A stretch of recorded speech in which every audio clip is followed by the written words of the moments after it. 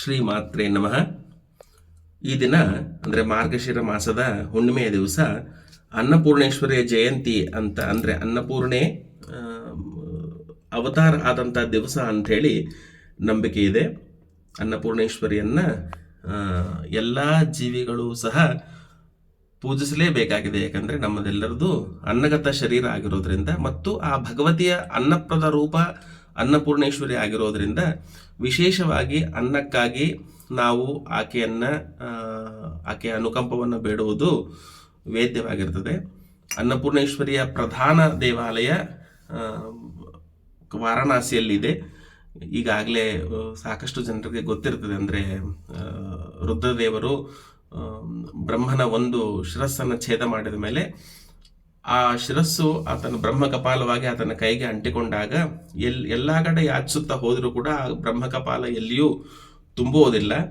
ಆಗ ಪಾರ್ವತೀ ದೇವಿಯು ಅನ್ನಪೂರ್ಣೇಶ್ವರಿಯ ಅವತಾರವನ್ನು ಧರಿಸಿ ಆಕೆ ವಾರಣಾಸಿಯಲ್ಲಿ ನಿಂತಾಗ ಆಕೆ ಅಂಗಡದಲ್ಲಿ ಬಂದು ರುದ್ರದೇವರು ಭಿಕ್ಷೆಯನ್ನು ಬೇಡಿದಾಗ ಆಕೆ ಆ ಕಪಾಲದಲ್ಲಿ ತನ್ನ ಕೈಯಿಂದ ಅನ್ನವನ್ನು ನೀಡಲಾಗಿ ಆ ಕಪಾಲ ತುಂಬಿ ಅಲ್ಲಿ ಕಳಚಿಬಿತ್ತು ಅಂತ ಹೇಳಿ ನಂಬಿಕೆ ಇದೆ.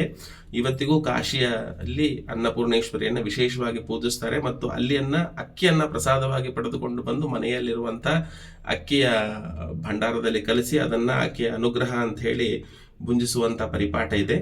ಮತ್ತು ಮದುವೆ ಮಾಡಿಕೊಂಡು ಹೋಗುವಾಗ ಹೆಣ್ಣು ಮಕ್ಕಳಿಗೆ ವಿಶೇಷವಾಗಿ ಒಂದು ಚಿಕ್ಕದಾದ ಅನ್ನಪೂರ್ಣೇಶ್ವರಿಯ ವಿಗ್ರಹವನ್ನು ಕೂಡ ನೀಡುವಂಥ ಪರಿಪಾಠ ಇದೆ. ಎಲ್ಲರ ಮನೆಯಲ್ಲಿ ಗೌರಿ ಪೆಟ್ಟಿಗೆಯನ್ನಿಟ್ಟು ಯಾರೆಲ್ಲ ಪೂಜೆ ಮಾಡ್ತಾರೆ ಆ ಗೌರಿ ಪೆಟ್ಟಿಗೆಯಲ್ಲಿ ನಿಶ್ಚಿತವಾಗಿ ಅನ್ನಪೂರ್ಣೇಶ್ವರಿಯ ಒಂದು ವಿಗ್ರಹ ಇದ್ದೇ ಇರ್ತದೆ.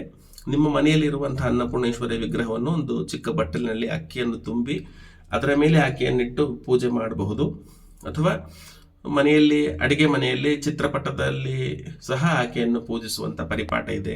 ಅಡಿಗೆ ಮನೆಯ ಬಾಗಿಲಲ್ಲಿ ಕೂಡ ಅನ್ನಪೂರ್ಣೇಶ್ವರಿ ಪ್ರಸಿದ್ಧತು ಅಂತ ಹೇಳಿ ಬರೆಯುವಂಥ ಪದ್ಧತಿ ಕೂಡ ಇದೆ. ಅನ್ನಕ್ಕೆ ನಾವು ದೈವತ್ವವನ್ನು ನೀಡಿ ಅನ್ನವನ್ನು ಅಷ್ಟು ಸಾದರದಿಂದ ಭುಂಜಿಸಬೇಕು ಅನ್ನೋದು ಹಿಂದಿನ ಕಾಲದಿಂದಲೂ ನಮಗೆ ಕಲಿಸಿಕೊಟ್ಟಂಥ ಒಂದು ಪದ್ಧತಿ ಆಗಿರ್ತದೆ. ಯಾಕಂದರೆ ಅನ್ನದಿಂದಲೇ ನಾವು ಜೀವವನ್ನು ಪಡೆದುಕೊಳ್ಳೋದಕ್ಕೆ ಸಾಧ್ಯ ಇರೋದರಿಂದ ಅನ್ನವನ್ನು ಬಹಳಷ್ಟು ಶ್ರದ್ಧೆಯಿಂದ ನಾವು ಮತ್ತು ಗೌರವದಿಂದ ಊಟ ಮಾಡಬೇಕು ಅನ್ನೋದು ನಂಬಿಕೆ. ಅನ್ನಪೂರ್ಣೇಶ್ವರಿಯನ್ನು ವಿಗ್ರಹ ರೂಪದಲ್ಲಿ ಭಾವಚಿತ್ರದ ರೂಪದಲ್ಲಿ ಪೂಜೆ ಮಾಡೋದ್ರ ಜೊತೆಗೆ ಅನ್ನದಾನ ಮಾಡೋದರಿಂದಲೂ ಸಹ ಆಕೆಗೆ ವಿಶೇಷವಾದ ಸಂತೃಪ್ತಿ ಉಂಟಾಗ್ತದೆ. ಅಂದರೆ ಯಾರಿಗೆಲ್ಲ ಹಸಿವೆ ಇದೆ, ನಿಜವಾಗಿ ಅನ್ನಕ್ಕಾಗಿ ಯಾರಿಗೆ ಅವಶ್ಯಕತೆ ಇದೆ ಅಂಥವರನ್ನು ಆಮಂತ್ರಿಸಿ ಅವರಿಗೆ ಅನ್ನದಾನ ಮಾಡೋದರಿಂದಲೂ ಸಹ ಆಕೆ ಪ್ರಸಿದ್ಧಳಾಗ್ತಾಳೆ. ಮತ್ತು ಇನ್ನೂ ಅಂತಂದರೆ ಅನ್ನವನ್ನು ನಮಗೆ ಎಷ್ಟು ಬೇಕೋ ಅಷ್ಟು ಮಾತ್ರ ನಾವು ಬಳಸಿ ಆ ಅನ್ನವನ್ನು ಚೆಲ್ಲದೆ, ಅನ್ನವನ್ನು ವ್ಯರ್ಥ ಮಾಡದೆ ಅನ್ನಕ್ಕೆ ಗೌರವ ಸಂದಾಯ ಮಾಡುವುದರಿಂದಲೂ ಸಹ ಆಕೆ ಪ್ರಸನ್ನಳಾಗ್ತಾಳೆ.